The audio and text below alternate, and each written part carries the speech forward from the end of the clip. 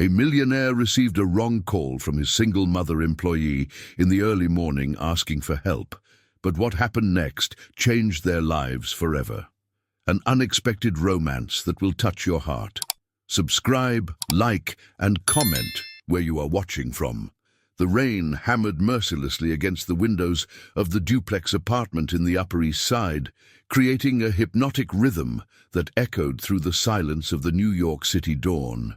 Michael Anderson, at 42 years old, was immersed in the latest financial reports from Anderson and Associates Real Estate, his company that dominated the luxury market of the city.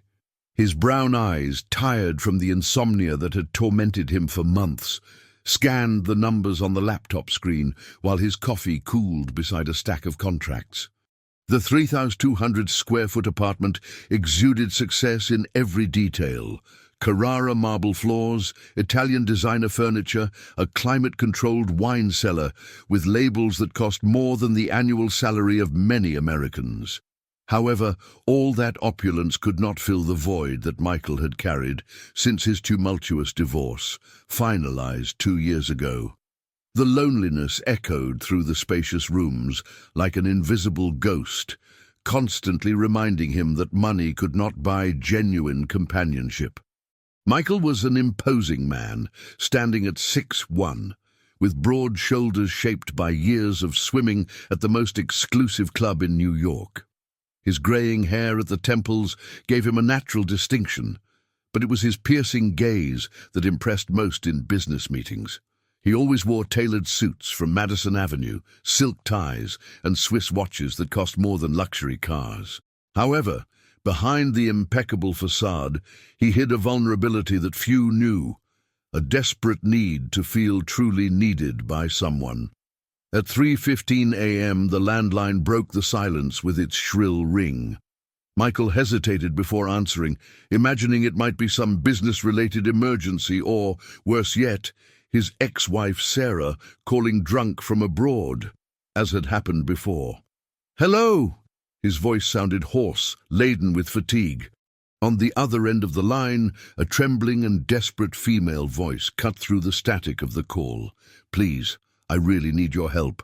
My daughter is very sick, she can't breathe properly, and I don't have enough money for a taxi to the hospital. I know it's the middle of the night, but you're the only person I know who has a car. Please, Helen, I'm begging you." Michael furrowed his brow, confused. The woman had clearly dialed the wrong number, but there was something in the anguish of her voice that touched him deeply. He could hear a child coughing distressingly in the background, interspersed with muffled sobs. "Mom, I think you dialed the wrong number. I'm not Helen, and I don't know you, but—" Michael paused, surprised by his own words. "Where are you?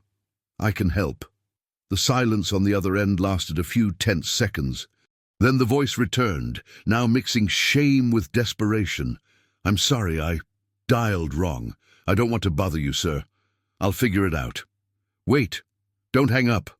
Michael instinctively stood up, walking to the window that offered a panoramic view of the sleeping city. "What's your name, and where exactly are you?" "I'm Helen Smith. We're here in Brooklyn, near the subway station. My daughter Emma is having a severe asthma attack, and Her voice faltered, laden with emotion. "I really have no one to call." Michael felt something stir within his chest, a sensation he hadn't experienced in years.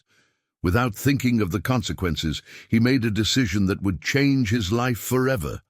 "Helen, my name is Michael. I live in the Upper East Side. I can be there in 20 minutes. Give me your exact address." "Mr. Michael, you don't know me. I can't accept this.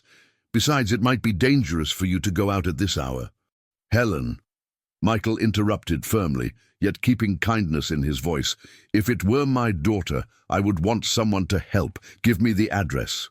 After a few seconds of hesitation, Helen provided the address of a modest street near Brooklyn. Michael quickly jotted it down, already heading to the closet to change from his silk pajamas into jeans and a dress shirt. He chose the most discreet BMW from the garage, avoiding unnecessary attention in the popular neighborhood. During the drive through the deserted streets of New York, Michael reflected on the inexplicable impulse that had led him to help a complete stranger. Perhaps it was the need to feel that his life had some purpose beyond real estate profits. Or maybe it was just the painful memory of his own childhood, when he often needed help that never came. Brooklyn slept under the persistent rain. Michael found the address, an old brownstone divided into small apartments with peeling paint and bars on the windows. A female figure awaited him on the sidewalk, sheltered by a tattered umbrella, holding a girl wrapped in a faded blue blanket. Helen Smith was 34 years old, but the worries of life had prematurely marked her face. Her dark brown hair was tied up in a messy bun, with some rebellious strands framing a face that, despite being tired, retained a natural and expressive beauty.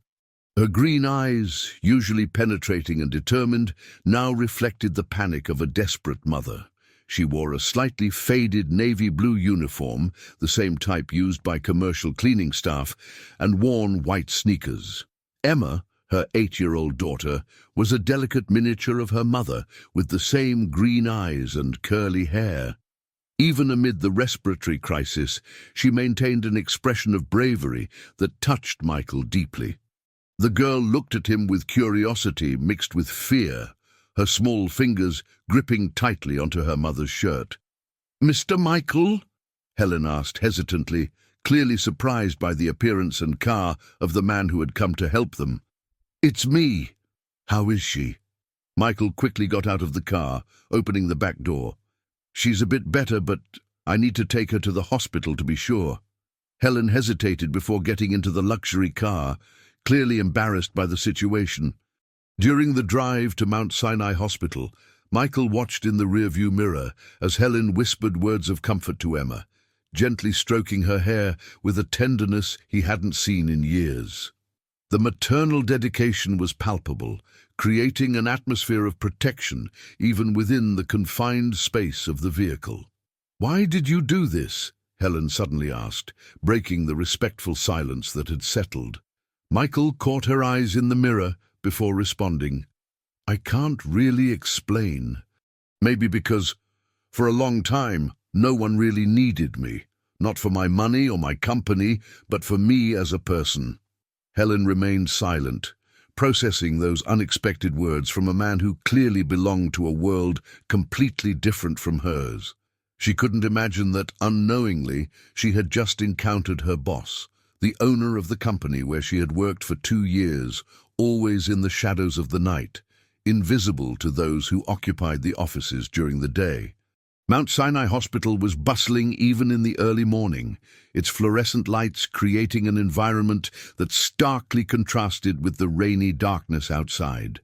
Michael observed Helen filling out the triage paperwork with trembling hands, noticing how she hesitated when she reached the section about health insurance. Her calloused fingers betrayed years of manual labor, contrasting with the well-manicured nails she maintained, despite financial difficulties. "You don't need to worry about the costs," Michael whispered, leaning in discreetly. "I can—" "No."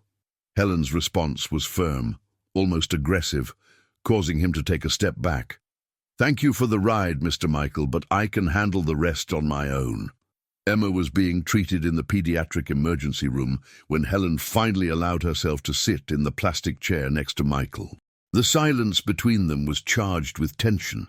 She clearly embarrassed by the situation, he genuinely concerned, but unsure how to show it without offending. "I'm sorry for being rude," Helen murmured, avoiding looking directly at him. "It's just, I've been through this before. People who help expecting something in return, you know?" Michael felt a lump in his throat. Her distrust was justified, and it bothered him more than he expected. "Can I ask, what do you do for a living?" Helen laughed humorlessly, running her hand through her disheveled hair. "Cleaning. Commercial offices, mainly. I work from 11 at night to 6 in the morning. That's when they pay better, and I can stay with Emma during the day." Michael nodded, trying to hide the irony of the situation. How many times had he passed by cleaning staff without even noticing them? How many Helens worked invisibly in his commercial building while he was focused solely on numbers and meetings? And Emma's father? Helen's face hardened instantly. He disappeared when he found out she had chronic respiratory problems. He said he didn't sign up to take care of a sick child. Her voice carried a bitterness that years had not been able to erase. Rich men think they can discard people like broken objects. The phrase hit Michael like a punch. He had been that kind of man during his marriage to Sarah, prioritizing business over relationships, treating emotional problems as inconveniences to be solved with money. The on-call doctor, Dr. Carla Johnson, appeared in the waiting room with a reassuring expression. She was a middle-aged woman, her graying hair tied back in a practical ponytail, a pristine white coat over blue scrubs. Ms. Helen, Emma is fine. It was a moderate crisis. We controlled it with a bronchodilator. But I need to talk to you about ongoing treatment. Michael stood up to give them privacy, but Helen held him by the arm. You can stay. You've already heard the worst. Dr. Carla explained that Emma needed ongoing medication, as well as regular consultations with a pulmonologist. The monthly costs would make any middle-class family hesitate, let alone a single mother with limited income. There are government programs, the doctor began. I've tried them all, Helen interrupted. 2-year waiting list for an appointment if you can get one. Michael watched Helen absorb the medical information with impressive strength.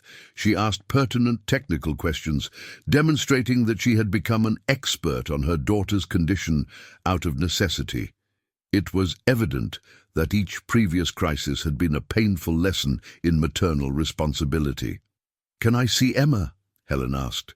Of course. She's awake, asking for her mom. As Helen headed to the room, Michael took the opportunity to speak privately with the doctor.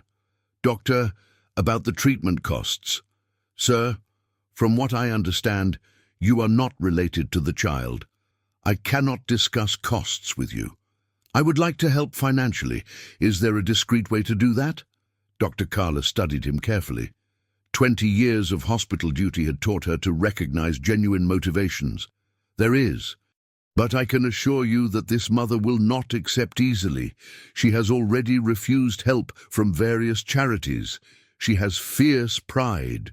In the pediatric room, Emma was sitting on the bed, playing with a worn teddy bear. Her cheeks were still flushed from the respiratory effort, but she smiled shyly when Michael appeared behind her mother. Mum, is he the angel you asked for from heaven? Emma asked with the typical innocence of children. Helen blushed deeply. Emma. No, sweetheart. Michael approached, kneeling beside the bed to be at eye level with the girl. I'm just a friend who wanted to help your mom. My mom is the bravest person in the world, Emma declared with absolute conviction. She works all night to take care of me, and she never complains when I get sick. Michael looked at Helen, who was trying to hide her tears. The bond between mother and daughter was palpable, built on years of facing adversity together. I'm sure she is, Michael agreed. And you seem very brave, too. When they finally left, as the sun began to rise over New York City, the rain had stopped, leaving the streets washed and the air cleaner. Emma slept in her mother's arms, exhausted from the restless night. Mr. Michael, Helen hesitated as they reached the car. I don't know how to thank you, but I need to make it clear that I can't repay this favor. Not in the way you might expect. Michael paused with his hand on the door handle. Helen, I don't expect anything in return. Absolutely nothing. Every man expects something. It's just a matter of time until we find out what. The bitterness in her voice revealed deep scars from past relationships. Michael felt a strange need to prove her wrong, but he knew words wouldn't be enough. During the drive back to Brooklyn, Helen noticed Michael driving with extra caution, clearly concerned about not waking Emma. Small gestures like lowering the volume of the radio and avoiding potholes showed a consideration she wasn't used to receiving. Why aren't you married? She asked impulsively. Michael smiled without joy. I was. 2 years divorced. My ex-wife said I was married to the company, not to her. Maybe she was right. Children? No. She wanted them. I always postponed. I thought it wasn't the right time yet. Michael paused. Funny how we think we have all the time in the world, right? Helen nodded, recognizing a familiar loneliness in this successful man. Different circumstances, yet the same emptiness. Upon arriving in Brooklyn, Michael insisted on helping Helen carry Emma up to the small apartment on the second floor. The contrast between their worlds became even more evident. A room that served as both living room and bedroom, a compact kitchenette, a tiny bathroom. But there was something that Michael's apartment lacked: human warmth. The walls were decorated with Emma's drawings, smiling mother and daughter photos in simple moments, library books stacked carefully. It was a home poor in resources, but rich in love. Emma, Helen whispered, laying her daughter down on the bed they shared. Say goodbye to Mr. Michael. The little girl opened her sleepy eyes and smiled. Goodbye, Angel. Thank you for taking care of my mom, too. Michael felt a tightness in his chest. When was the last time someone cared for him as a person, not just for what he could offer? At the door, Helen extended her hand formally. Thank you, Mr. Michael. I hope life repays your kindness. He shook her delicate hand, noticing the surprising strength of her calloused fingers. Helen, can I call to check on how you both are? She hesitated, clearly torn between gratitude and caution. I don't know if it's a good idea. Our worlds are very different. Maybe that's exactly why it should be a good idea. Helen watched him for a long moment, as if trying to decipher his true intentions. My number is the same as yesterday. If you really want to know how we are, you can call. Michael went down the stairs with a strange feeling that his life had changed forever that morning. He didn't yet know that Helen worked in his building, nor that the coming months would bring revelations that would shake everything they both thought they knew about themselves and about love. As he drove back to the Upper East Side, one certainty took shape in his mind. For the first time in years, someone had needed him as a person, not as a financial solution. And that had awakened something he thought was long dead. 3 weeks had passed since that morning at the hospital, and Michael found himself thinking about Helen and Emma with a frequency that surprised him. He had called twice to check on them, brief, cordial conversations that revealed a recovering Emma and a still cautious but less hostile Helen. It was a typical Tuesday when Michael arrived early at the office of Anderson and Associates, located on the 35th floor of one of the most imposing buildings on Madison Avenue. The mirrored glass building reflected the sunrise over the metropolis, creating a golden spectacle he usually didn't even notice. But that morning, it was only 6:40, and something unusual caught his attention. "Good morning, Dr. Michael," greeted Mrs. Johnson, the cleaning coordinator, a 58-year-old black woman who had worked in the building for over a decade. "You arrived early today." "Good morning, Mrs. Johnson. Is the team still working?" "Only 2 girls are left on your floor. They always finish last because it's the largest." Michael headed to the elevator with an inexplicable curiosity. He had never really paid attention to the people who kept his work environment spotless. As he ascended, he reflected on how strange it was that entire lives could coexist in the same space without ever truly crossing paths. The elevator doors opened on his floor, revealing the familiar environment. White marble reception, the company logo in gold letters, Italian designer furniture. But there was something different. A soft melody echoed through the corridors. Someone was humming while they worked. Michael followed the sound until he found a female figure with her back turned, cleaning the windows of the conference room with precise, careful movements.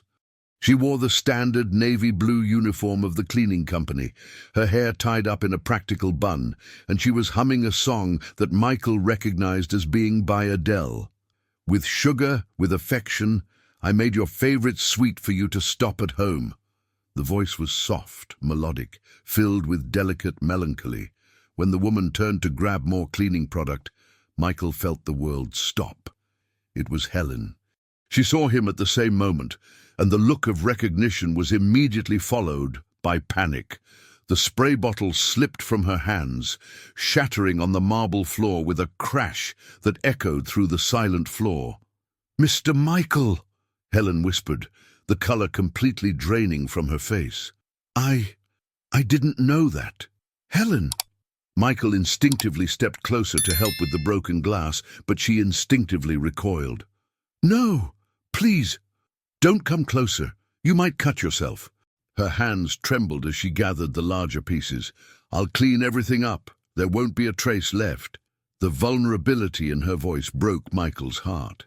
Helen was clearly terrified, not by his presence, but by the potential professional consequences of the discovery. "Helen, stop. Let me help." "You can't. You are the owner of all this, aren't you?" Helen gestured to the luxurious surroundings. "And I've worked here for 2 years, and you've never seen me." "None of you ever see me." Michael knelt beside her, ignoring the tailored suit that had cost him a fortune.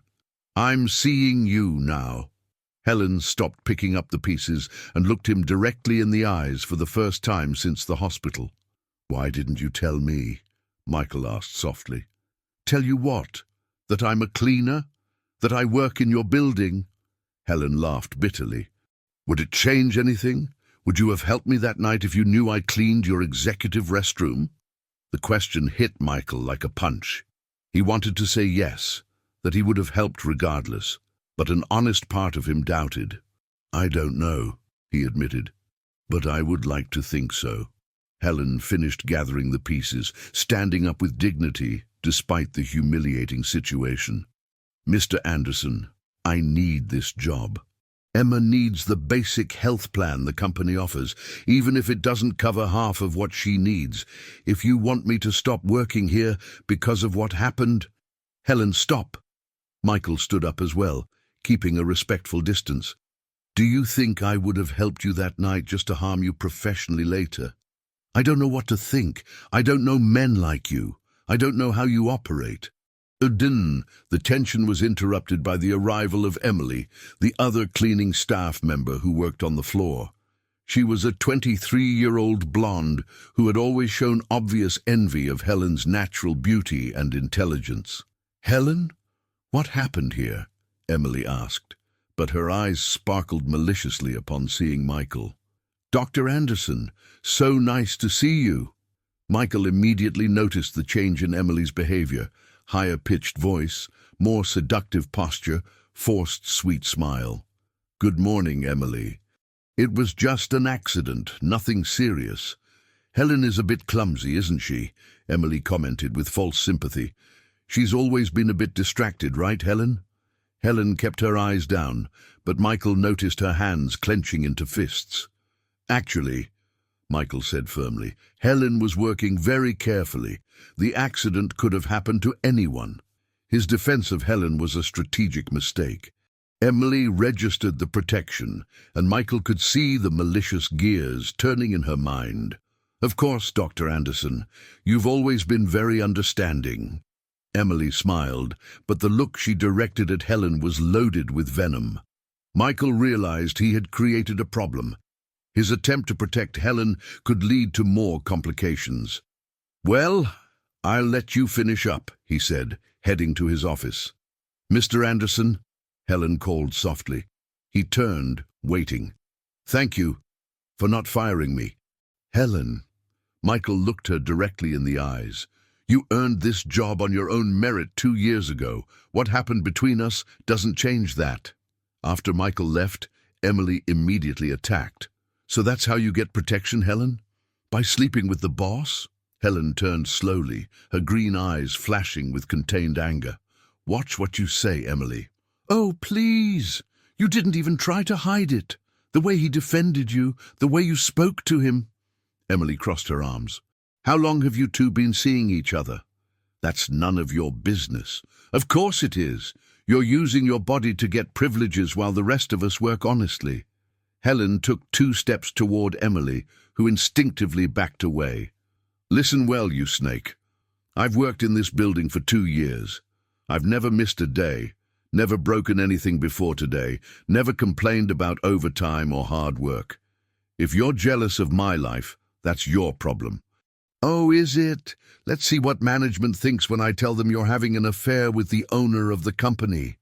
Helen felt her blood run cold. Mrs. Johnson was a strict evangelical woman who did not tolerate inappropriate behavior from employees. Emily, please. Please what?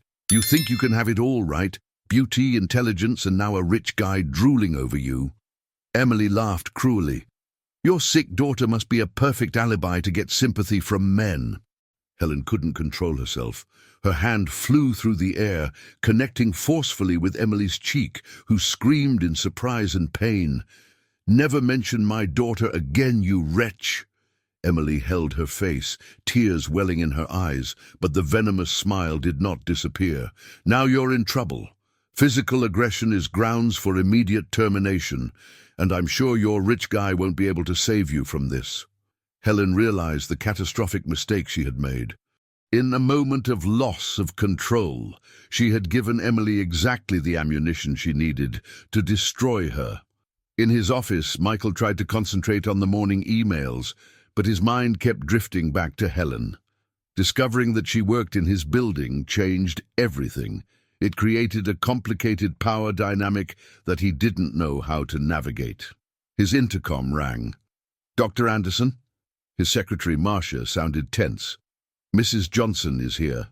She says she needs to speak with you urgently about an incident involving the cleaning staff. Michael closed his eyes, sensing trouble. Send her in. Mrs. Johnson entered with the rigid posture of someone coming to deliver justice. She was a respectable, hard-working woman, but inflexible when it came to discipline. Dr. Anderson, I need to report a serious incident. Employee Helen Smith physically assaulted her colleague Emily Johnson.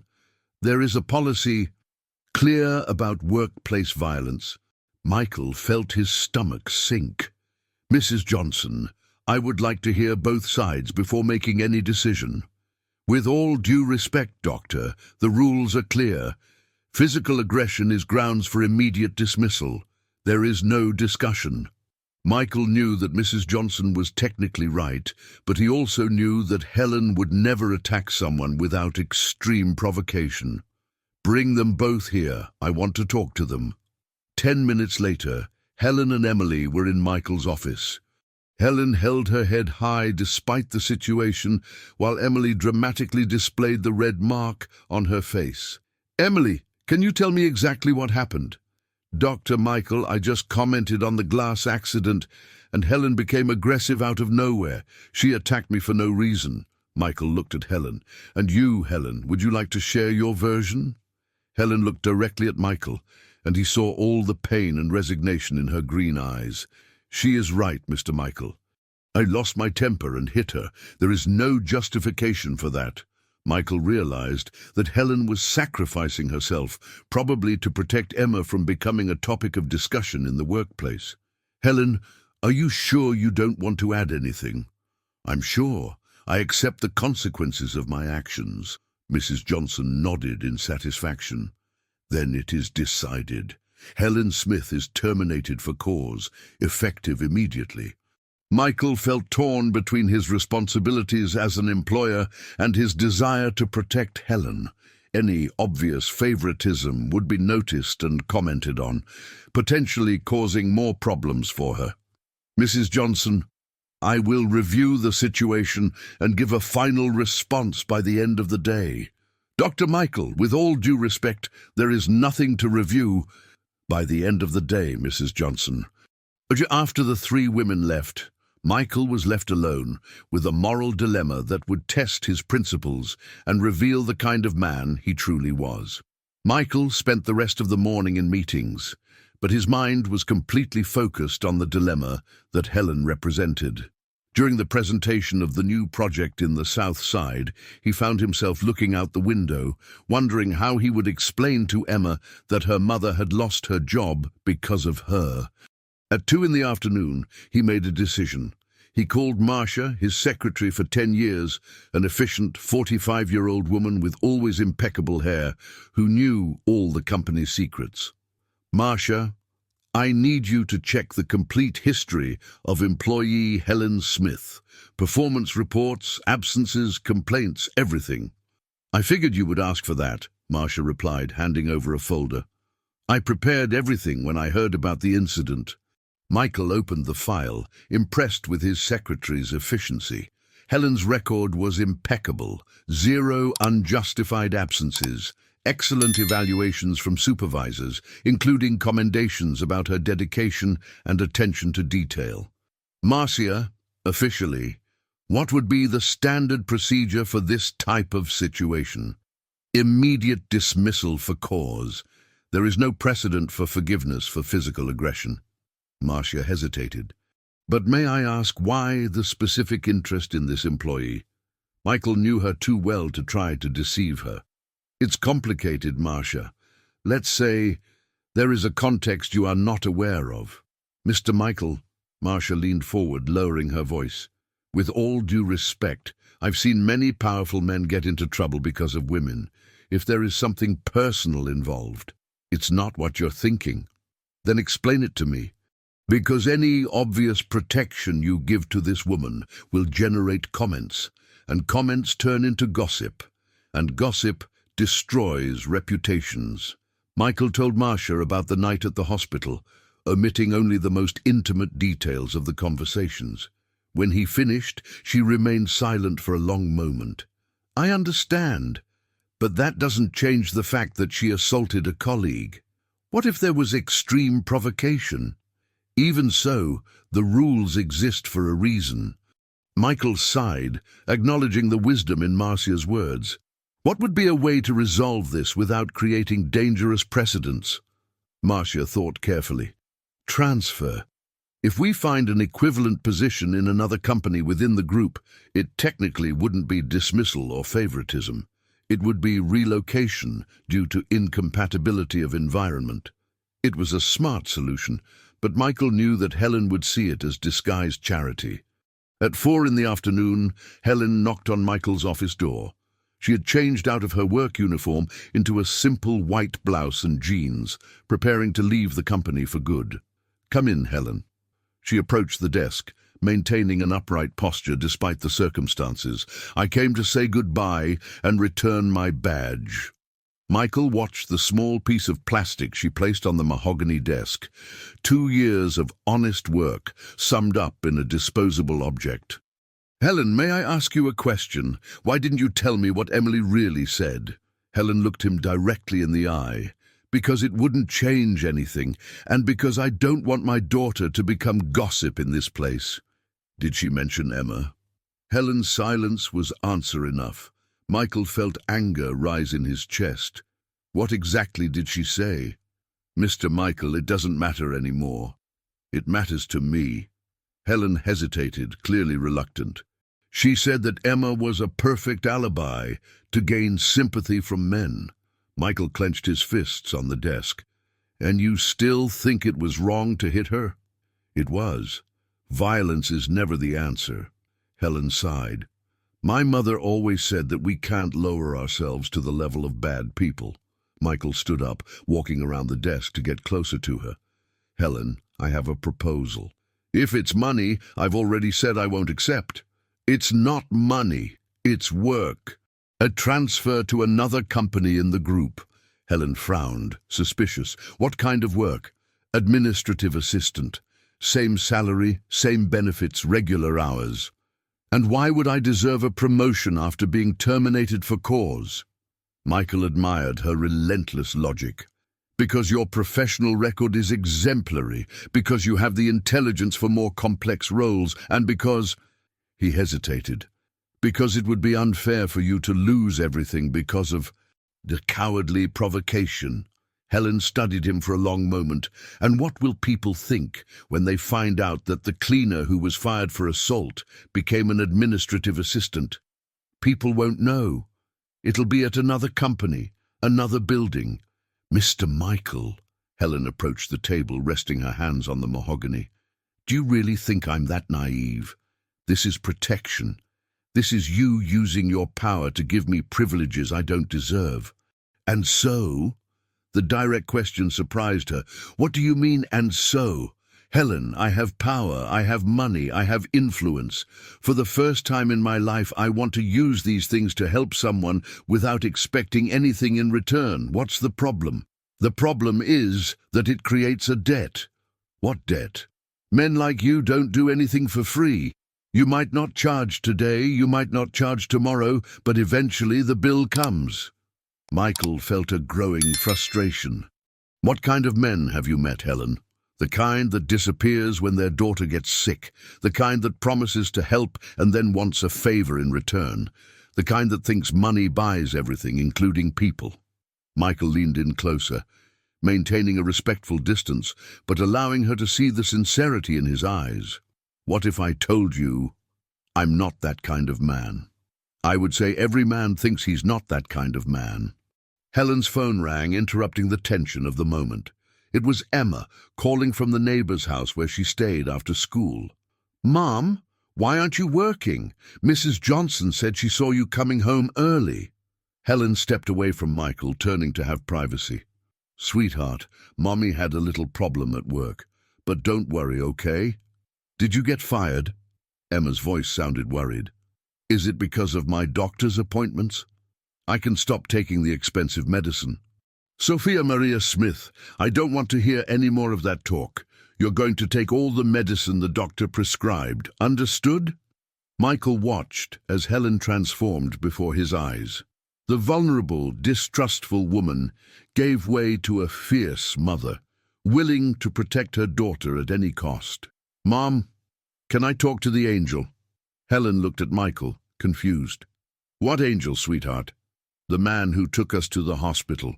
"Is he there with you?" Helen blushed, realizing that Michael had heard everything. "Why do you think he's here?" "Because whenever you get mad and then sad at the same time, it's because you're thinking about him." Sophia's innocent observation left both adults in awkward silence. "Sophia, Mommy will call you back in a bit, okay?" After hanging up, Helen remained with her back to Michael for a few moments. "She's very smart," Michael commented softly. "Too smart for her own good sometimes." Michael made an impulsive decision. "Helen, would you like to have dinner with me and Sophia tonight? Not as boss and employee, not as a favor or protection, just as people who met in an unusual situation." Helen turned slowly. "Why?" "Because I'm tired of dining alone, because Sophia called me an angel, and it's been a long time since anyone saw me that way, and because—" he hesitated, "because you make me want to be a better person. Mr. Michael. Michael. Just Michael." Helen studied him for a long moment, as if trying to decipher his true motivations. "One dinner, but I'll pay my share." "Helen. Mr. Michael. Michael. If you want to have dinner with us, you have to accept my conditions. I pay my share, and there's no discussion about work." Michael smiled, recognizing that he had accepted much more than just a simple dinner. He had accepted to know Helen as she truly was, not as an employee in need of protection. "Agreed. And about the administrative assistant position?" Helen picked the badge back from the table, putting it in her bag. "I'll think about it, but if I accept, it will be because I deserve the opportunity, not because you want to protect me." "Fair enough." As Helen left the office, Michael realized he had crossed an invisible line. For the first time in his adult life, he was genuinely interested in someone who didn't want anything from him other than his sincere presence. And that scared him more than any risky business deal he had ever closed. The restaurant Michael chose was in Brooklyn, near Helen's apartment. It wasn't the kind of sophisticated place he usually frequented. Rustic wooden tables, warm yellow lights, a menu handwritten on a chalkboard. But there was something cozy about the atmosphere that made him feel less exposed than in the five-star restaurants of the Upper East Side. Helen arrived promptly at 7, bringing Sophia by the hand. The girl wore a simple cotton floral dress, her curly hair tied with a colorful ribbon, and carried a sketchbook under her arm. Michael stood up when he saw them approaching, noticing how Helen had dressed carefully. A navy blue blouse that accentuated her green eyes, a black midi skirt, impeccably clean flats. "Angel!" Sophia ran towards him, completely ignoring social protocol. "You really came." Michael bent down to be at the girl's height, accepting the spontaneous hug she offered. "Of course I came, Sophia. I wouldn't miss the chance to have dinner with two such special ladies." Helen watched the interaction with a mix of tenderness and apprehension. It was evident that Sophia had developed a genuine affection for Michael, which made everything more complicated. "Sophia, what do we say when we arrive at a place?" Helen asked softly. "Good evening, Mr. Michael. Thank you for inviting us to dinner," Sophia recited with a politeness that impressed Michael. "Good evening, Sophia. And you can just call me Michael, okay?" They settled at a table in the corner, away from the other customers. Michael had intentionally reserved a more private spot, sensing that Helen would feel more comfortable that way. "This place is nice," Helen commented, looking around. It's just how I imagined it would be to your taste." "And how did you imagine it would be to my taste?" "I don't know. Places with more guys than customers, dishes that cost a normal person's salary, wines that need a sommelier to explain." Michael laughed, genuinely. "You're not wrong. But today, I wanted a place where we could really talk." Emma opened her sketchbook on the table, proudly showing it to Michael. "Look what I drew at school today." It was a colorful drawing of three figures holding hands, a woman with brown hair, a little girl, and a tall man in a tailored suit. "Who are these people?" Michael asked, although he already knew the answer. "It's us three. The teacher asked us to draw our family, so I drew you too because you took care of us at the hospital." Helen blushed deeply. "Emma, Michael isn't part of our family, sweetheart. He's a friend who helped us."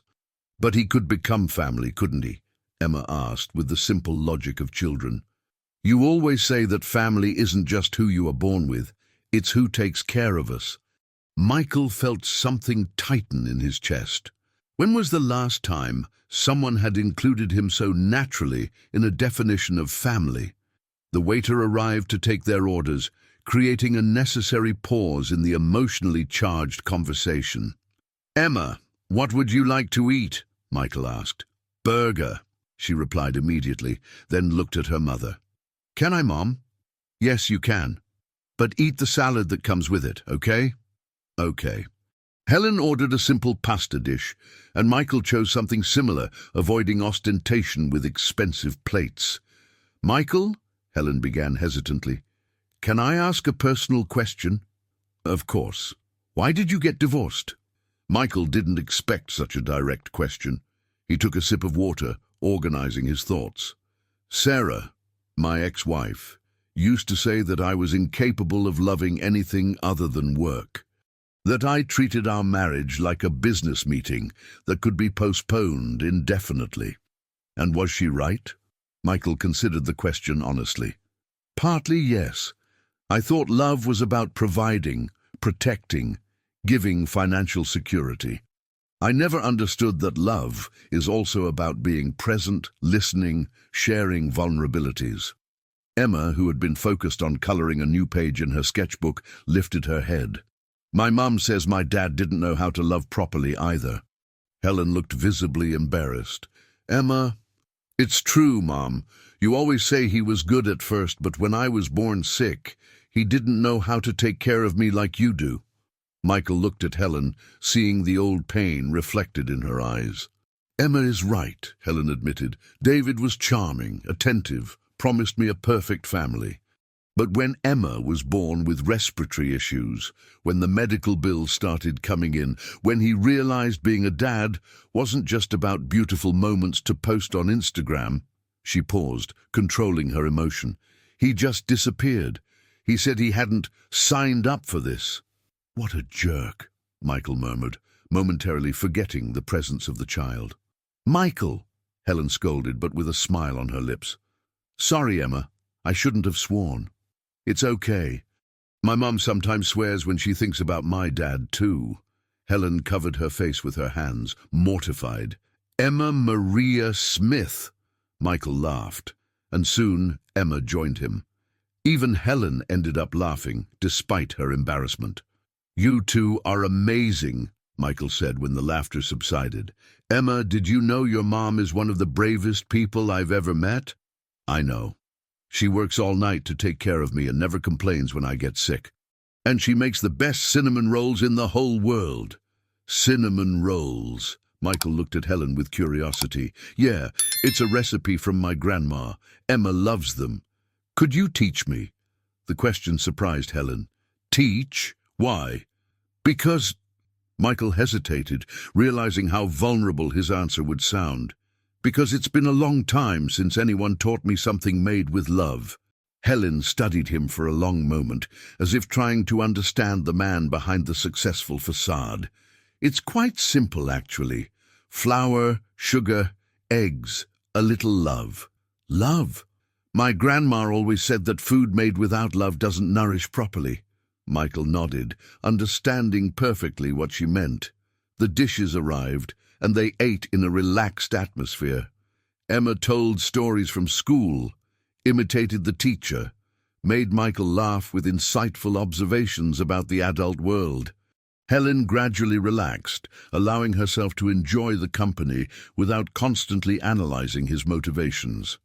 Michael, Emma said when she finished her burger, do you have kids? No, Emma. I've never had any. Why? Helen tried to intervene, but Michael reassured her with a gesture. Because I always thought it wasn't the right time. I always had too much work. There was always something more important to do first. And now? Do you still think it's not the right time? Michael looked at Emma, then at Helen, and felt something fundamental shift within him. Now I think maybe there will never be a right time. Maybe we just have to allow ourselves to love and be loved. Helen was watching him intently, as if she were seeing a side of him she never imagined existed. Mom, Emma whispered loud enough for Michael to hear, he's different from the other men you've known, isn't he? Emma, that's not a child's conversation. But it is, Mom. I notice these things. Michael looks at you like the prince looks at the princess in the movies. Michael almost choked on his water, and Helen turned as red as a tomato. Emma, stop saying those things. But it's true, and you look at him the same way, Mom.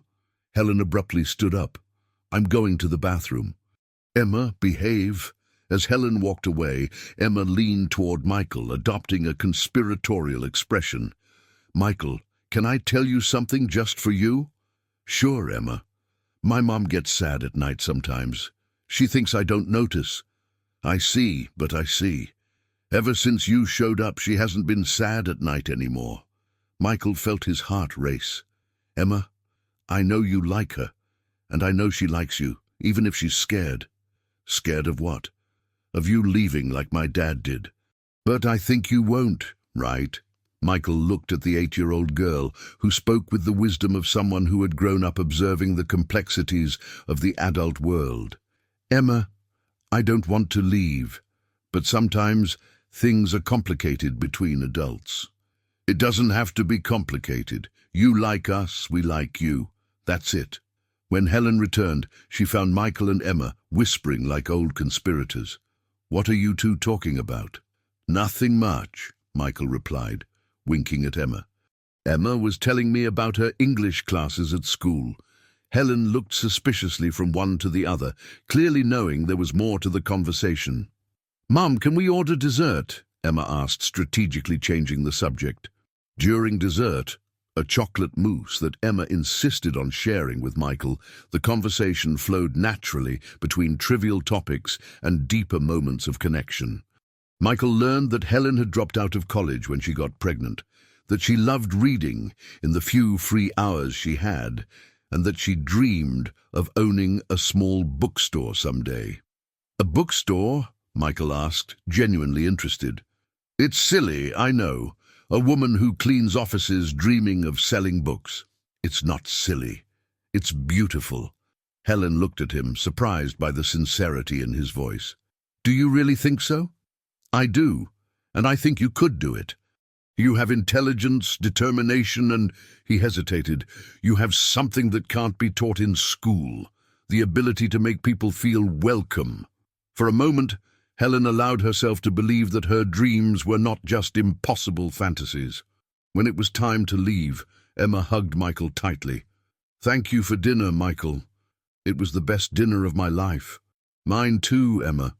On the sidewalk, while waiting for the taxi Michael had called, Helen finally voiced what she had been thinking all night. "Michael, about the administrative assistant position." "Yes, I accept, but with two conditions." "I'm listening." "First, I will work hard to earn the opportunity. If it doesn't work out, I don't want any special treatment." "Agreed. And the second?" Helen took a deep breath, looking directly into his eyes. "What's happening between us cannot influence my work. In the office, you are my boss, and I am your employee, period." Michael nodded, understanding her need to keep things separate. "Agreed. But Helen—" "Yes?" "Outside the office. Can I still just be Michael, the man who wants to learn how to make cinnamon rolls?" Helen smiled, and for the first time since they met, there was no defensiveness in her expression. "You can, but you'll have to be patient with me. It's been a long time since I've trusted anyone. I have all the time in the world." As the taxi pulled away with Helen and Emma, Michael remained on the sidewalk, feeling that his life had fundamentally changed that night. For the first time, someone wanted him not for what he could offer, but for who he was trying to become. And that was both terrifying and liberating. The following Monday marked Helen's first day as an administrative assistant at Anderson Business Consulting, a smaller subsidiary of Michael's company located on Fifth Avenue. The building was more modest than the skyscraper on Madison Avenue, but still represented a completely new world for her.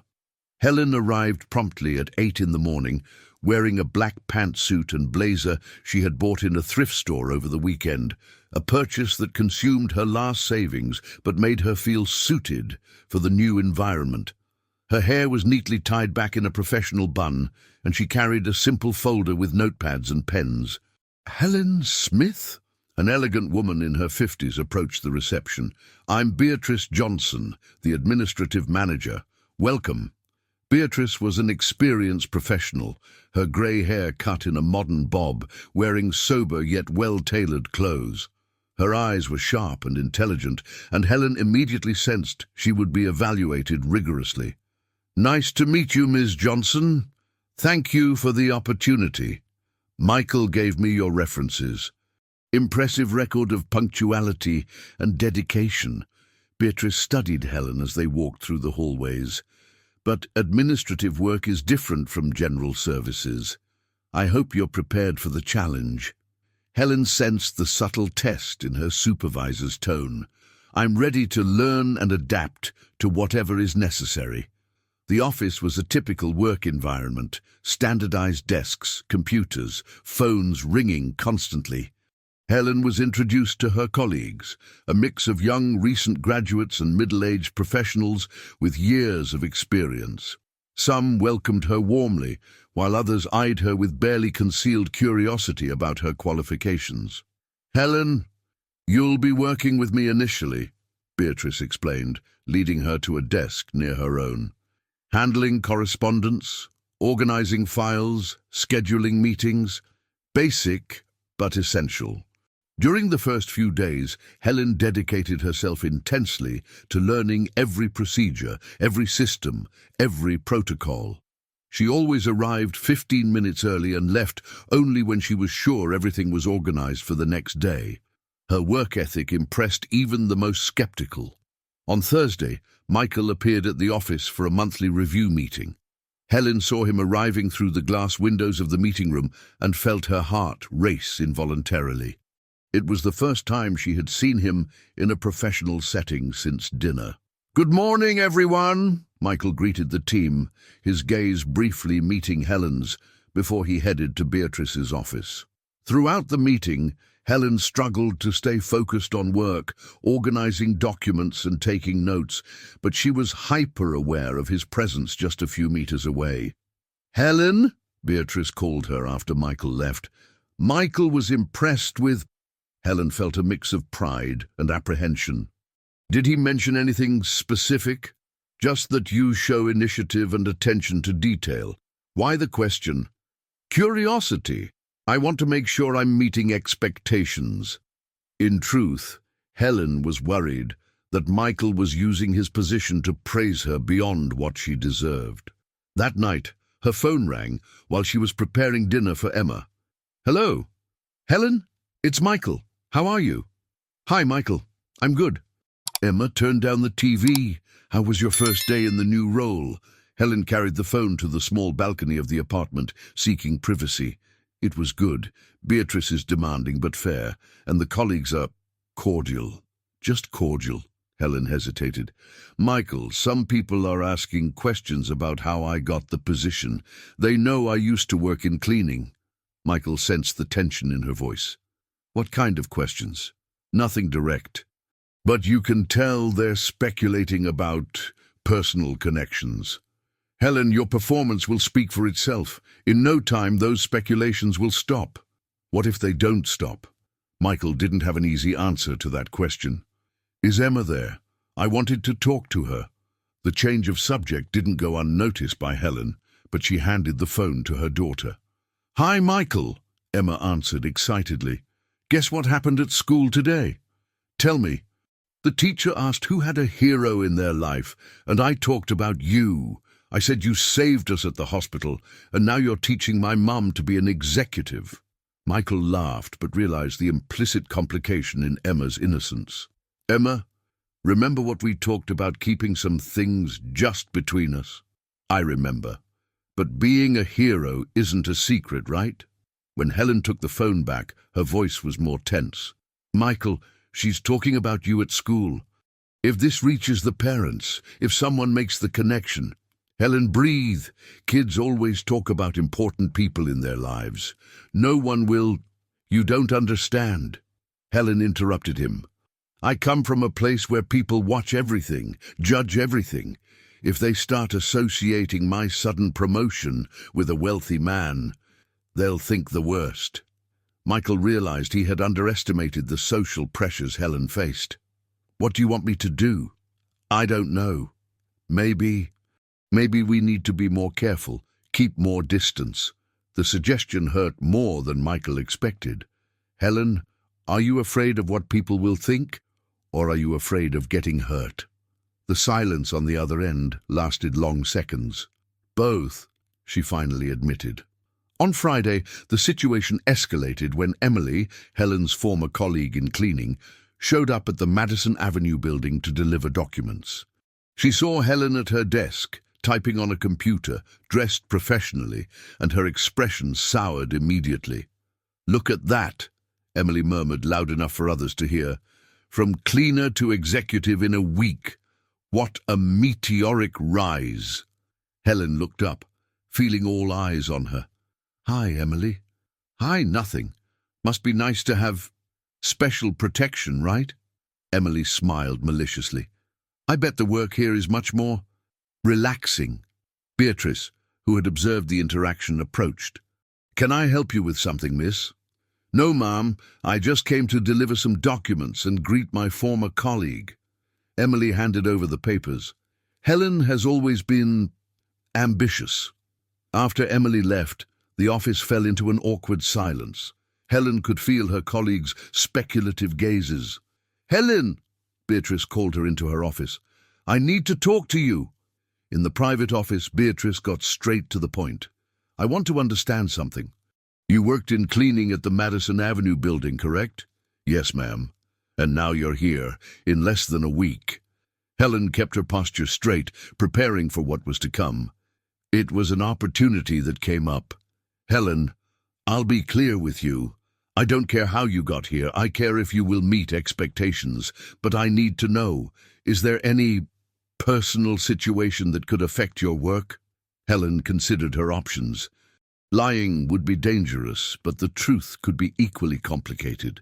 There is a friendship with Mr. Michael, but I assure you that it does not interfere with my professionalism. Beatrice nodded slowly. Friendship. I understand. She paused. Helen, I'm going to give you some advice.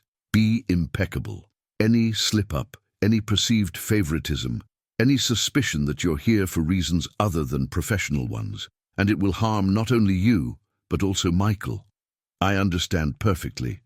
I hope so, because men in positions of power have faced bigger issues due to misunderstood relationships.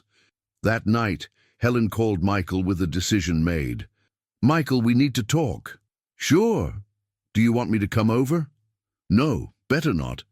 Emma is sleeping. Helen took a deep breath. I think we need to take a break. Helen? No, let me speak. Today at the office, it became clear that our closeness is creating problems. For me, for you, for my job. What kind of problems? Speculations, gossip, questions about my competence. Helen felt her voice falter. I can't give people reasons to doubt that I deserve to be there. Michael fell silent, processing the pain in her voice. And Emma? How am I going to explain to her that I can't see you anymore? Emma will understand. Kids are resilient. And you, will you understand too? Helen wiped away a tear that insisted on falling. I'll try. Helen, listen. We can't let fear and other people's opinions destroy something that is good for all of us. Michael, you lose nothing with this gossip. I lose everything. My job, my credibility, my dignity. Michael knew she was right, but that didn't lessen the frustration he felt. So, what are you proposing? That we just stop? I'm proposing that we be sensible. You are my boss. I am your employee. Period. And what if I don't want to accept that? Then you will have to choose my well-being or your desire. The line went silent, in silence for a long moment. I choose you, Helen. I will always choose your well-being. After hanging up, Helen allowed herself to cry silently in the kitchen, looking at Sophia's drawing still stuck on the refrigerator. 3 figures holding hands that now seemed more distant from reality than ever. In his apartment, Michael poured a whiskey and stared at the city through the panoramic window. For the first time, that privileged view felt empty and meaningless. He had found something real, something worth fighting for, and social conventions were trying to take it away from him. But Helen was right. She had much more to lose than he did. The question was there any way to fight for them without putting them at risk? Michael didn't know the answer, but one thing was clear. He was not willing to give up easily. 2 weeks had passed since Helen decided to keep her distance from Michael. At the office, they maintained a cold, professional cordiality, polite greetings, conversations strictly about work, careful avoidance of any prolonged eye contact. Helen dedicated herself to work with an almost obsessive intensity, arriving earlier and leaving later than everyone else. Beatrice watched everything with keen eyes. Helen was excelling professionally. Her organization was impeccable, her dedication unquestionable. Her suggestions for improving processes demonstrated a natural intelligence for management. But there was something in her posture that suggested a person carrying an invisible weight. Helen, Beatrice called her one Thursday afternoon, I need you to organize the documents for tomorrow's meeting with the Japanese investors. Michael will be present. Helen nodded professionally, ignoring the tightness in her chest upon hearing his name. Of course, Miss Beatrice. Any specific guidance? Just make it perfect. This meeting is crucial for the expansion project. Helen worked late preparing every detail. When she finally looked at the clock, it was already past 9 in the evening. The office was empty, just her and the cold light of the computers. Her phone rang. Sophia calling from the neighbor's house where she stayed on the nights Helen needed to work late. Mom, are you coming home for dinner tonight? I'm still working, sweetheart. Eat with Mrs. Carmen and wait for me, okay? Mom, Sophia hesitated. Michael doesn't call us anymore. Helen felt her heart tighten. Sophia, we've talked about this.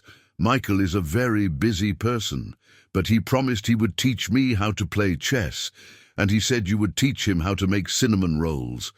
The simple promises that seemed so possible during that dinner in Brooklyn now sounded like painful echoes of a future that would not materialize. Sometimes things change, Sophia. It's nobody's fault. Did you have a fight with him? Helen paused, trying to find words that an 8-year-old could understand. We didn't fight, sweetheart. We just found out that our lives are very different. After hanging up, Helen remained alone in the silent office, allowing herself a few moments of self-pity. She had made the right, rational, mature choice. So why did she feel so empty? The next morning, Michael arrived at the office on Fifth Avenue an hour before the meeting. Helen had organized everything with military precision. Documents separated by topics, revised translations, extra copies, special Japanese coffee that she had researched and bought with her own money. Impressive, Michael murmured, examining the organization. Who prepared this? Helen, Beatrice replied with evident pride. She stayed here late last night making sure everything was perfect. Michael looked in Helen's direction, who kept her eyes fixed on the computer screen, pretending not to hear the conversation. The meeting with the Japanese investors was a success. Mr. Tanaka, the leader of the delegation, specifically praised the attention to cultural details in the presentation. "Someone on your team understands our culture," he commented in English. The references and organization showed genuine respect. Michael knew exactly who deserved the credit. After the meeting, he approached Helen's desk. "Excellent job on the organization." "Thank you, Mr. Michael," Helen replied formally, without looking up. "Helen, if there's nothing else work-related, I need to finish today's reports." Michael stood there for a moment, feeling her deliberate coldness like an insurmountable wall. Other employees discreetly observed the interaction, and he realized that insisting would be counterproductive. "Of course. Thank you again." That afternoon, fate conspired to complicate things even further. Michael was leaving the building when he saw an elegant woman around 38 years old, with platinum blonde hair and designer clothes, entering the lobby. Sarah, his ex-wife. "Michael!" She approached with a smile he knew well, calculated to disarm. "What a coincidence to find you here." "Sarah!" Michael kept his voice neutral. "What are you doing in New York? I thought you were living permanently in Paris." "I returned last week. Business and other things." She touched his arm in a familiar way. "Can we talk? There are important things I need to tell you." Michael looked at the building, knowing that Helen was probably still working. "All right, but I can't take long." They went to a nearby cafe. Sarah ordered a cappuccino and studied Michael intently. "You look different," she observed. 2 years have passed, Sarah. It's not just that.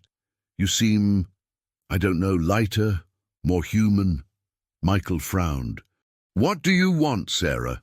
She sighed dramatically, straight to the point as always.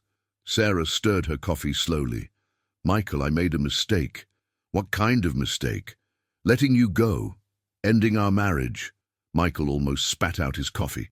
"Sarah, you were the one who asked for the divorce. You said I was incapable of loving anything other than work.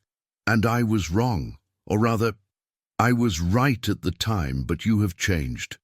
"How do you know I've changed?" Sarah smiled mysteriously. "I have my methods. I heard you've been helping an employee in a delicate situation. Very noble of you." Michael felt a chill run down his spine. "How did you know about that?" "Michael, please, do you think I can come back to New York and not knowing what's happening in the life of the man I was married to for 5 years? Did you investigate me?" "I gathered information, and I was impressed." Sarah leaned forward. "The Michael I knew would never have gotten out of bed at 3 in the morning to help a stranger." Michael abruptly stood up. "This conversation is over." "Michael, wait!" Sarah grabbed his arm. "I want to try again. The two of us. I can be the woman you need right now." "Sarah, you have no idea who I've become or what I need." "I do. You need someone of your social standing, someone who understands your world, someone who can stand by your side at business events without causing embarrassment." Sarah's words hit Michael like well-aimed punches. She had pinpointed exactly his insecurities about his relationship with Helen. "Think about what I said," Sarah continued. "We're perfect for each other. We always were. We just needed to mature." Michael left the cafe with a turbulent mind. Sarah's words echoed in his head, mixing with the concerns he had tried to ignore about the social differences between him and Helen. That night, Helen was helping Emma with her homework when her phone rang. It was Emily. "Helen, it's me." "Emily? How did you get my number?" "That doesn't matter. I'm calling to warn you about something." Helen immediately became alert. "What is it?" "There's a wealthy blonde woman asking questions about you. About your life, about Emma, about your relationship with Michael Anderson." Helen's blood ran cold. "What kind of questions?" "Everything. Where you live, where Emma goes to school, if you have a romantic involvement. She's paying well for the information." "Who is she?" "I don't know, but by the way she dresses and speaks, she's someone important." Helen felt nausea rising in her throat. "Emily, did you give her information about me?" "Helen, I need the money. But I'm warning you because I have a daughter too. I know what it's like to want to protect." After hanging up, Helen stood in the kitchen, processing the implications. Someone was investigating her life, and that could only mean one thing. Michael was being pressured because of her. "Mom," Emma appeared in the kitchen. "Are you okay? You look pale." Helen knelt down to her daughter's level, holding her small hands. "Emma, remember when I taught you about not talking to strangers?" "I remember. If someone you don't know asks questions about our life, about Michael, about anything, you don't answer and come tell me immediately, okay?" Emma nodded, but her eyes were worried. "Mom, are we in danger?" Helen hugged her daughter, trying to convey a sense of security she didn't feel. "No, sweetheart. Mommy just wants to make sure we're always safe." But inside, Helen knew the storm she had tried to avoid was finally coming. And this time, it wouldn't just be her reputation at risk, it would be Emma's safety and well-being too. That night, Helen made a decision that would change everything. The next day, she would resign. It was the only way to protect her daughter and perhaps give Michael a chance to resolve his issues without harming anyone. But what she didn't know was that Michael was making a completely opposite decision. For the first time in his life, he was willing to fight for something that truly mattered, regardless of social or financial consequences. The collision between these two opposing decisions would create an emotional storm that would test not only the love they were discovering for each other, but also the strength of character they both possessed. Helen arrived at the office on Friday with a resignation letter in her pocket and a steely determination in her heart. She had spent the night drafting and redrafting her decision, explaining that she was leaving her position due to personal incompatibility with the corporate environment. She didn't mention Michael directly, but anyone intelligent would understand the subtext. Beatrice arrived half an hour later as usual, carrying her brown leather briefcase and a coffee she always bought from the same bakery. "Good morning, Helen. You're here early today." "Good morning, Miss Beatrice. Could I speak with you privately?" Beatrice immediately noticed the excessive formality in Helen's tone, a warning sign that years of experience in human resources had taught her to recognize. "Of course. Come into my office." Helen handed over the sealed envelope with steady hands, despite her racing heart. "This is my resignation letter. I will fulfill the notice period as usual, but I would like it to be effective as soon as possible."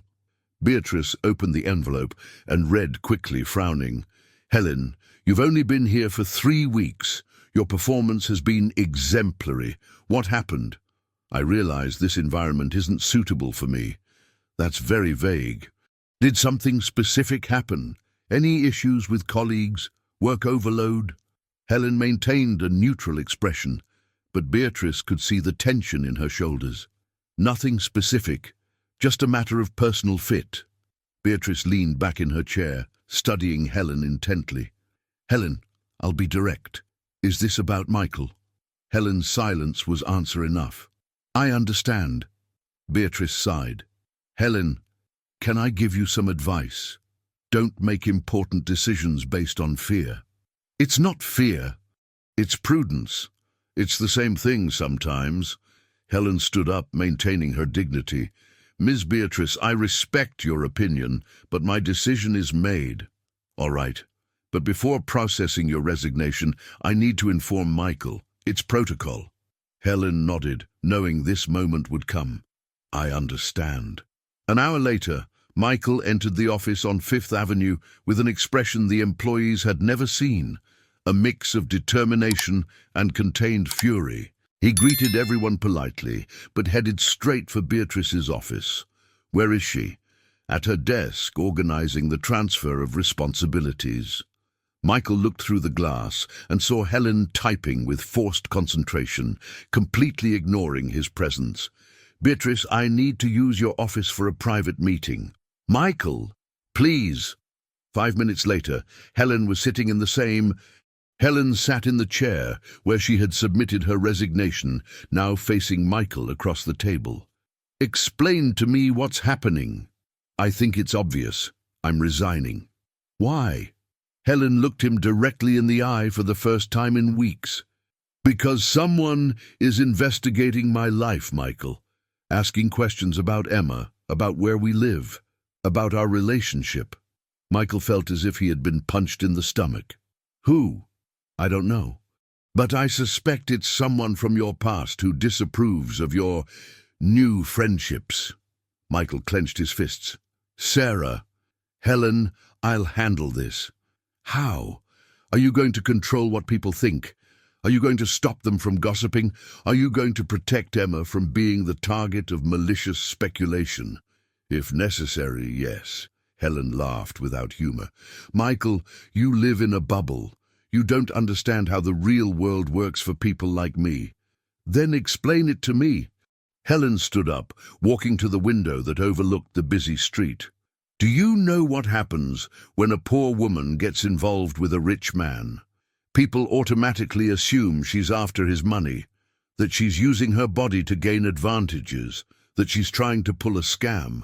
Those who think that don't know you. Michael, that doesn't matter. What matters is that these people can make Emma's life a living hell. They can get her rejected at school. It can affect her future. Michael stepped closer, maintaining a respectful distance. Helen, what if I told you I don't care what people think? I would say it's easy not to care when you have nothing to lose. I have you. I have Emma. I have the possibility of a real family for the first time in my life. Helen felt tears threatening, but she held them back. And I have my daughter to protect.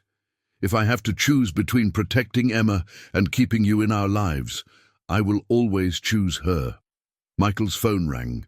He looked at the screen and saw Sarah's name. Answer it, Helen said, noticing his hesitation. I bet it's the person who's investigating my life. Michael answered, putting it on speaker. Michael, it's me. Can we meet today? I have information you need to know about your employee. Helen and Michael exchanged glances, the tension between them reaching a critical point. What kind of information, Sarah? Not over the phone, darling. Let's just say I've discovered some interesting things about Helen Smith's past, things that could affect her reputation. Helen paled. Sarah, Michael said in a controlled voice, did you hire someone to investigate Helen? I hired someone to protect you, Michael. You're being naive. Hang up, Michael, Helen whispered. Sarah, this conversation is over. Michael, wait. You don't even know who you're getting involved with. She has debts, Michael. Big debts with loan sharks. Helen felt the world collapse. It was true. She had resorted to high-interest loans to cover Emma's treatment when the insurance denied coverage for a specific medication. Debts she was paying off religiously, but they existed. Hang up now, Sarah. She's using you, Michael. The sick daughter, the heartbreaking story, it's all part of a plan to... Michael hung up the phone forcefully. The silence in the room was deafening. Helen was leaning against the wall as if she needed physical support. Is it true? Michael asked softly. About the debts? Yes. Why didn't you tell me? Because it's none of your business, because I can handle my life on my own. Michael stepped closer. Helen, how much do you owe? Michael, stop. How much? $15,000, she admitted quietly. I borrowed it when Emma needed a medication that the insurance wouldn't cover. I'm paying it back properly, but I can fix this in 5 minutes. And then what? I'll owe you? I'll become your... What? Your dependent, your kept woman? Michael felt frustration explode. Why does everything have to be a transaction with you? Why can't it just be love? The word hung in the air between them. It was the first time either of them had said it. Love? Helen repeated, as if it were a word in a foreign language. Yes, love. I love you, Helen. I love you, and I love Emma, as if she were my own daughter. Helen covered her face with her hands. Michael, you don't love me. You love the idea of saving me. You love feeling needed. That's not true, isn't it? Then answer me this. If I were a successful executive, if I didn't need help, if I didn't have a sick daughter that evokes your compassion, would you still be interested in me? Michael opened his mouth to respond, but hesitated. The hesitation was enough. That's what I thought, Helen said, grabbing her bag. Helen, wait. You're distorting. No, Michael, I'm seeing clearly for the first time. She headed for the door. You're a good man, but you can't love a woman as an equal. You can only love someone you can save. Helen! She stopped at the door, not turning back. My resignation stands, and our friendship ends here. And Emma? How do I explain this to her? Helen turned, and Michael saw tears streaming down her face. Tell her that her angel flew back to heaven. Helen left the room, crossed the office under the curious gazes of her colleagues, and entered the elevator. Only when the doors closed did she allow herself to completely crumble. Michael stood in Beatrice's office, looking out the window as he watched Helen leave the building and disappear into the crowd on Fifth Avenue. She's right, you know, Beatrice said softly. Michael turned, surprised. He hadn't realized she had come back. About what? About you wanting to save her instead of loving her as an equal. Michael sat heavily in the chair. So what do I do? You find out if you can love her without needing to protect her, if you can respect her without trying to control her. Beatrice paused. And you resolve the situation with your ex-wife before she causes more damage. Michael nodded, knowing that Beatrice was right. But one question remained. After everything that had happened, would Helen give her a chance to prove that she could love without needing to save? Meanwhile, Helen walked through the streets of New York City under the strong afternoon sun, carrying not only her bag, but the weight of having made the hardest decision of her life. She had chosen pride and the protection of Sophia over the possibility of love. Now she just had to find out if she had made the right choice, or if she had thrown away the only real chance of happiness she had had in years. 3 weeks had passed since Helen left the office on Madison Avenue, and Michael felt like he was living on autopilot. Days passed in a haze of mechanical meetings, business decisions made without enthusiasm, and lonely nights in the apartment that now felt even emptier than before. The first thing he did after Helen's departure was confront Sarah. The meeting took place at the same cafe where she had proposed a reconciliation, but this time Michael arrived with a controlled fury that his ex-wife did not expect. You hired private investigators to dig into Helen's life. It was not a question, it was a statement. Sarah, always elegant in a navy blue Chanel suit, stirred her coffee with deliberately slow movements. I hired professionals to protect you from a gold digger. Protect? You destroyed the life of an honest woman and her daughter out of pure jealousy. Michael, please, I found things you needed to know. The doubts, the history. Michael leaned forward, his voice low but filled with threat. Sarah, listen carefully to what I'm going to tell you. If you or anyone hired by you approaches Helen or Sophia again, I will sue you for harassment, invasion of privacy, and any other crime my lawyers can find. Michael, you're being irrational. No. For the first time in my life, I am being completely rational. Michael stood up. We broke up 2 years ago. Stay out of my life. Sarah watched Michael leave with a look of genuine surprise. In all their years of marriage, she had never seen this iron determination in him when it came to protecting someone else. Meanwhile, Helen had returned to the routine of job hunting. Her savings were quickly running out, and the debts continued to accumulate interest. She managed to find some temporary jobs, house cleaning, event organizing, elderly care, anything she could do without leaving Sophia alone for too long. Sophia, sensing her mother's tension, had become even more affectionate and caring. She helped with household chores without being asked, did her homework unsupervised, and avoided asking for anything that cost money. "Mom," she said one Thursday night while Helen was paying bills at the kitchen table, "I can stop taking English at school." The secretary said it's optional. Helen looked up from the bills. "Why do you want to stop taking English? You love it." "Because it costs extra money, and I heard you crying last night." Helen felt her heart break. She had tried to be strong in front of Sophia, but the nights were when she allowed all the anguish to come to the surface. "Sophia, come here."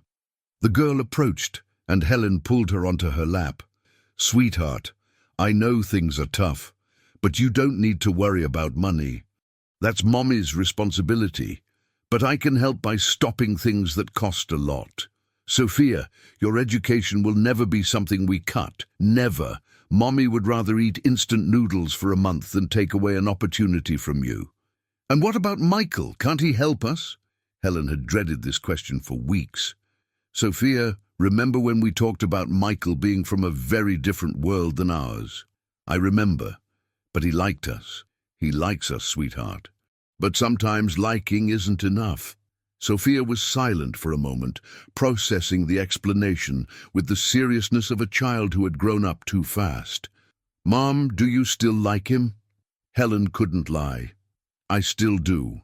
"Then why don't you two talk and work it out?" "Because adulthood is complicated, Sophia. There are things that can't be resolved just by talking." Meanwhile, Michael was having his own revelations. He had spent a lot of time reflecting on Helen's words. "You love the idea of saving me. You love feeling needed." The criticism had stung because it contained an uncomfortable truth. Michael was used to solving problems with resources, to being useful through what he could offer materially. But Helen didn't want to be saved. She wanted to be loved as an equal, respected in her independence and strength. It was during an unexpected conversation that Michael began to truly understand what Helen had been trying to teach him. Mrs. Johnson, the cleaning coordinator of the Madison Avenue building, appeared in his office one Friday afternoon with an unusual proposal. "Dr. Michael, may I speak with you about Helen Smith?" Michael looked up from the documents, immediately alert. "Of course, Mrs. Johnson. I heard she left the company due to personal issues." Michael nodded cautiously. "That's true. Dr. Michael, in 30 years working in cleaning, I've met many people. Helen was special, hard-working, honest, intelligent." Mrs. Johnson paused. "And very proud." "Yes, she is. Do you know she's going through difficulties?" Michael straightened in his chair. "What do you mean?" "Emily mentioned that Helen was taking extra jobs to pay off the girls' debts, house cleaning, things like that." Michael felt a pang of pain in his chest. "Mrs. Johnson, why are you telling me this?" The older woman studied him with wise eyes. "Because you care about her, and because sometimes a proud person needs help in a way that they don't realize is help." Michael frowned. "Explain further."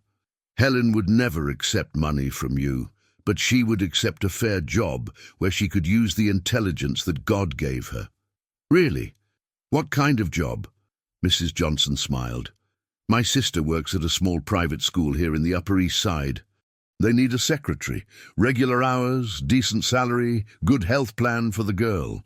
Michael considered the proposal. "And Helen wouldn't suspect that I was the one who referred her?" "Not if you do it right. My sister can say she heard about her situation through acquaintances, that she checked the references and decided to give her a chance. It was a way to help without hurting Helen's pride. But Michael hesitated. Mrs. Johnson, wouldn't that be manipulation? Doctor, Michael, sometimes loving someone means finding creative ways to care without intruding. Michael spent the entire weekend thinking about Mrs. Johnson's proposal. On Monday, he made a decision. He would make the contact, but he would also do something more important. He would try to talk to Helen before she found out about the job opportunity. On Tuesday afternoon, Michael showed up at Helen's apartment in Brooklyn. She answered wearing a simple t-shirt and jeans, her hair tied back in a messy ponytail, clearly not expecting visitors. "Michael, what are you doing here? I need to talk to you." Helen looked back, checking if Emma was listening. "Emma is at the neighbor's house doing homework, but I don't think—" "Helen, please, 5 minutes." She hesitated, then opened the door wider. "Come in, but quickly." The apartment was immaculate, as always, but Michael noticed details he hadn't seen before. Bills organized in piles on the table, a glass jar labeled Emma's Emergency Fund, filled with coins, library books stacked carefully because buying wasn't an option. "Would you like some coffee?" Helen offered politely. "No, thank you." Michael remained standing. "Helen, I came here to apologize." She crossed her arms, keeping her distance. "Why?" "Because you were right. About everything." Michael took a deep breath. "I was trying to save you instead of loving you as an equal. I was using my financial situation to feel important in your life." Helen watched him closely, looking for signs of sincerity. "And what has changed?" "I spent 3 weeks reflecting on who I am when I can't solve problems with money. About what kind of man I want to be." Michael paused. "I want to be the kind of man that you could love for who he is, not for what he offers." "Michael, let me finish." He stepped slightly closer. "I didn't come here to make you a proposal. I didn't come to offer financial help or magical solutions to your problems." "Then why did you come?" "To tell you that I love you. I love you, and I love Emma. And if you give me a chance, I want to learn how to love you the right way." Helen felt tears threatening. "Michael, even if I believe in you, our worlds are still different. And so, I don't want you to become part of my world. I want to build a new world with you." "How?" Michael hesitated, then decided to be completely honest. "I don't know. I've never done this before, but I know I want to try." Helen walked to the window, looking out at the street where Emma was playing in the neighbor's yard. "Michael, I can't afford to make mistakes. If this goes wrong, it's not just me who gets hurt. It's Emma too." "I understand, and that's why I'm not asking for an answer now." Helen turned, surprised. "You're not?" "No. I'm asking for a chance to prove that I've changed. No pressure, no rush, no expectations." Michael walked toward the door. "Think about what I said. If you decide to give me that chance, you know where to find me." He was almost out when Helen called him. "Michael." "Yes?" "Thank you for not trying to solve my problems this time." Michael smiled sadly. "I'm learning." After he left, Helen stood in the living room, processing the conversation. For the first time, Michael had come without ready-made solutions, without offers of help, just with his vulnerability and sincerity. It was a beginning. But would it be enough? The next day, Helen's phone rang. It was a woman named Conceição, explaining that she had obtained her information through professional references and would like to offer her a job opportunity. Helen listened to the proposal with growing surprise and hope. It was exactly the kind of job she was looking for, with a fair salary and adequate benefits for Emma. What she didn't know was that Michael was keeping his promise to love her the right way, caring without intruding, protecting without controlling, helping in a way that preserved her dignity and independence. But the biggest test was yet to come. Because loving someone the right way wasn't just about grand gestures, it was about daily choices, difficult moments, and the ability to put the well-being of the loved one above one's own needs. 6 months had passed since that conversation in Helen's apartment. Autumn painted New York City in golden hues, and the cherry blossom trees in the city began to bloom again, creating a purple carpet on the sidewalks that reminded Michael of the day he truly met Helen. Helen had accepted the job at St. Teresa School in the Upper East Side. Ironically, she worked just 10 blocks from Michael's apartment, but their paths never crossed. She had adapted perfectly to the role of academic secretary, organizing teacher schedules, managing communication with parents and students, and demonstrating a natural competence for educational administration that impressed the principal, Sister Mary. Emma had enrolled in the very school where Helen worked. One of the benefits of the job was full tuition for employees' children. The girl thrived in the more stimulating academic environment, making new friends and discovering talents she didn't know she had, especially in math and drawing. "Mom," Emma said one Tuesday afternoon while they organized school supplies at home, "today the art teacher praised my family drawing." Helen smiled, helping her daughter sort the colored pencils. "What drawing, sweetheart?" "The one I made of us in the park, but—" Emma hesitated. "I almost drew the Michael also." Helen stopped what she was doing. "Why didn't you draw?" "Because I don't know if he's still part of our family." Emma's innocent question echoed the doubt that Helen had been carrying for months. Michael had kept his promise to give space, but he had also found subtle ways to show that he hadn't given up. Small gestures she only discovered later. The pharmacy that mysteriously began accepting a new agreement that fully covered Emma's medications. The park in Brooklyn that received an anonymous donation for renovations and new playground equipment. The merit-based scholarship Emma received for Saturday English classes. Helen knew it was Michael, but he never admitted it, never sought recognition, never used these actions as a form of pressure. It was silent love, care from a distance, protection that preserved her dignity. That same afternoon, Michael was in his office on Madison Avenue when Marcia entered with a worried expression. "Mr. Michael, we have a problem." "What kind of problem?" "Mendez Construction is threatening to break the contract for the project in the South Side. They claim they discovered irregularities in the documentation." Michael frowned. Mendez Construction was run by Richard Morgan, a former partner who had left the company after a nasty fight 2 years prior. "What kind of irregularities?" "Environmental approval documents that they claim are incomplete." Michael grabbed the folder and examined the documents. Everything was in order as always. It was obvious that Richard was trying to harm him for personal reasons. "Marcia, schedule a meeting with Richard for tomorrow. I will handle this personally." What Michael didn't know was that Richard had discovered information about Helen through the same investigators that Sarah had hired, and he was planning to use that information as leverage. On Wednesday morning, the meeting took place at Mendez Construction's headquarters, a modern building on Park Avenue. Richard, a robust 45-year-old man with a graying mustache and arrogant manners, greeted Michael with a smile that didn't reach his eyes. "Michael, good to see you. How are things?" "Let's get straight to the point, Richard. What are your real objections to the project?" Richard leaned back in his leather chair, clearly savoring the moment. Michael, always so direct." "Very well." He opened a folder on the table. "My objections are regarding the integrity of the partner company. The documentation is perfect, you know that." "I'm not talking about the documentation." Richard smiled maliciously.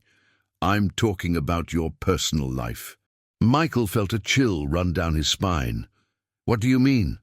"I heard you've been getting involved with, how can I put this, people of questionable social standing." "Richard, a former cleaning lady, right? With a sick daughter, debts with loan sharks." Richard dramatically consulted his notes. "Helen Smith, 34 years old, single mother, troubled relationship history." Michael slowly stood up, his voice low but filled with threat. "Watch what you're about to say, Richard." Calm down, Michael. I'm not judging your personal hobbies, but my investors are conservative. They don't like to know that their business partners are, how should I say, compromising the reputation of the traditional New York family. Enough. Then, I'll be clear. Either you publicly end this relationship, or I will cancel the contract and spread the word around town that Michael Anderson has lost his mind over a gold digger. Michael walked to the window, looking out at the city he had conquered with years of hard work, a city where reputation and appearances still mattered more than character. And if I say I don't care about gossip? Oh, but you should care. You have other contracts, other partners. Once this story spreads, how many others will question your professional judgment? Michael realized he was at a crossroads. He could fight for Helen publicly, acknowledge the relationship, and face the social and professional consequences. Or he could protect his company and keep Helen out of the spotlight, but lose her forever. I need time to think. You have until Friday. After that, I consider the contract cancelled and the smear campaign initiated. Michael left the meeting with a turbulent mind. During the ride back to the office, he made a decision that would change everything. That afternoon, he showed up at St. Teresa School. I would like to speak with Helen Smith, please. The receptionist, a 20-year-old young woman, smiled politely. Of course. May I know who is looking for her?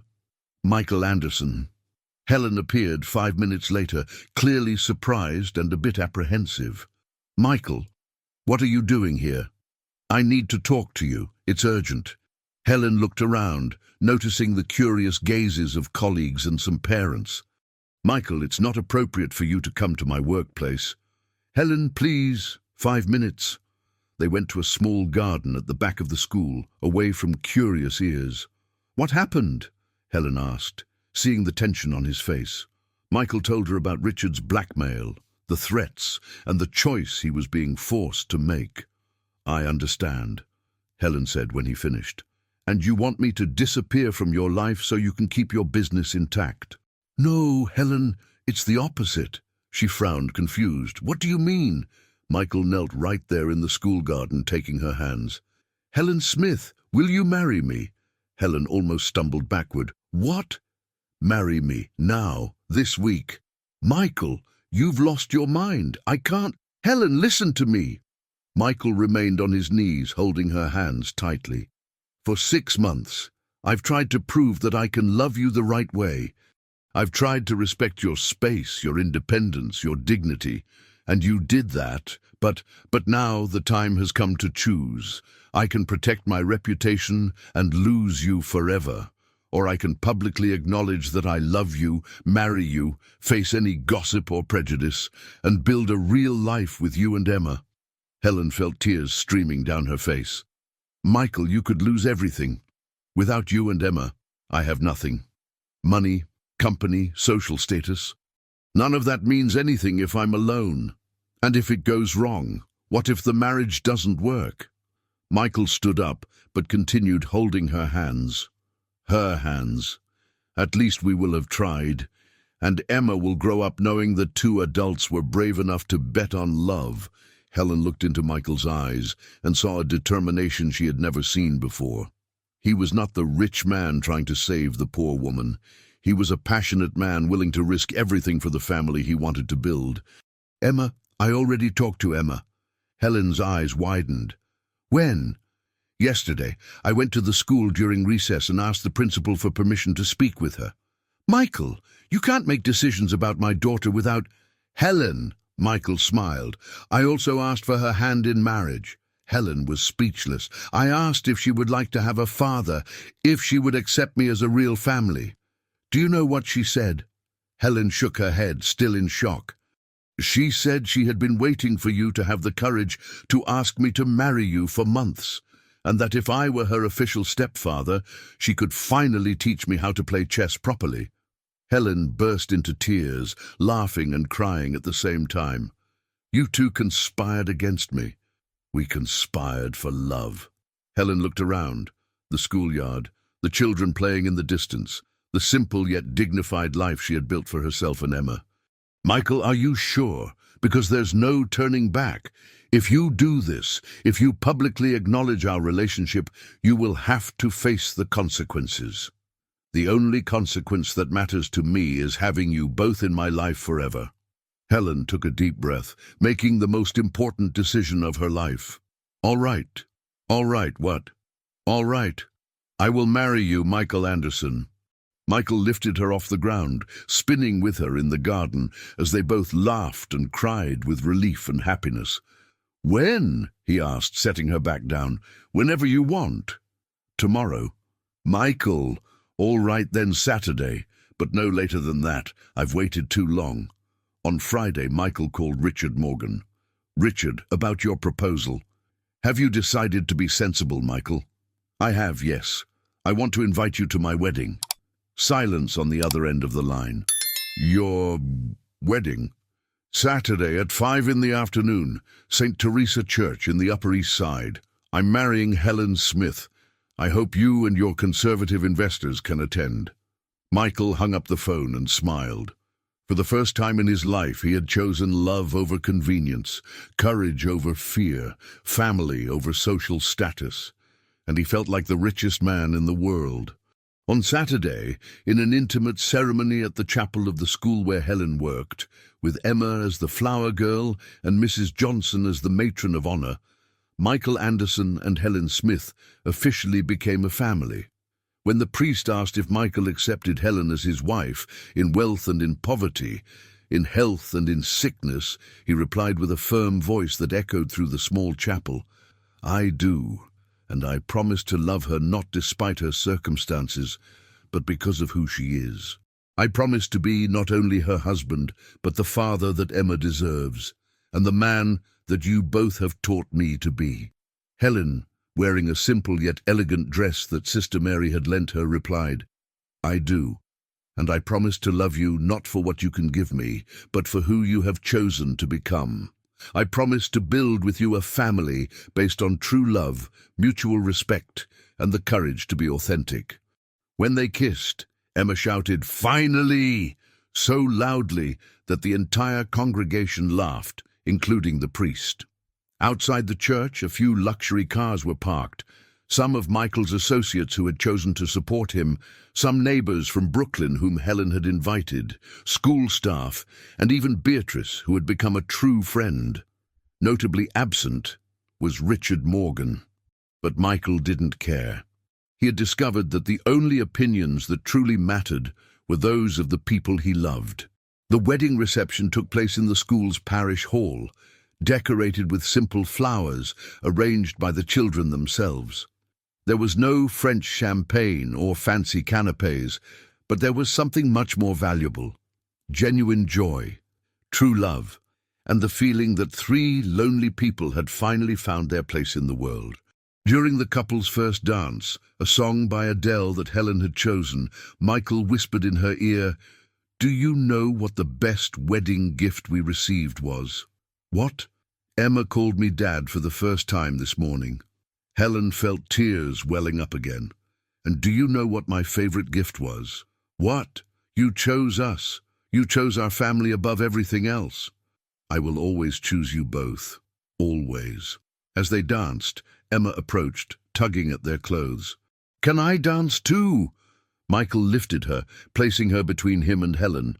And there, in the simple hall of a school in the Upper East Side, a family was truly born. 6 months later, they moved into a house in Brooklyn, not a mansion, but a home with a backyard where Emma could play and Helen could plant the flowers she had always wanted.